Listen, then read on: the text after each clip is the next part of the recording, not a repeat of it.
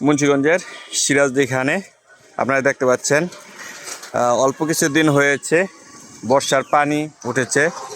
এরই মধ্যে কিন্তু শাপলা এখান থেকে কিন্তু ঢাকার উদ্দেশ্যে যাচ্ছে। প্রতি এই একটি করে মোঠা প্রায় 30 টাকা করে পাইকারি ওনারা কিনে নিচ্ছে। আর এগুলো বিভিন্ন আড়তে যাবে, আপনারা দেখতে পাচ্ছেন। যদিও এখন শাপলা প্রথম আর কি, মৌসুমটা প্রথমের দিকে, খুব চমৎকার একটি দৃশ্য। আর কিছুদিন পরে কিন্তু আরো সুন্দর লাগবে এই শাপলাগুলো। সকাল ভোরে যখন ফুটে তখন কিন্তু খুবই দারুণ লাগে।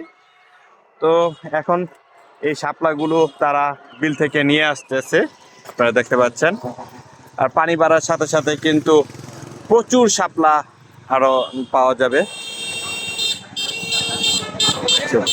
ধন্যবাদ।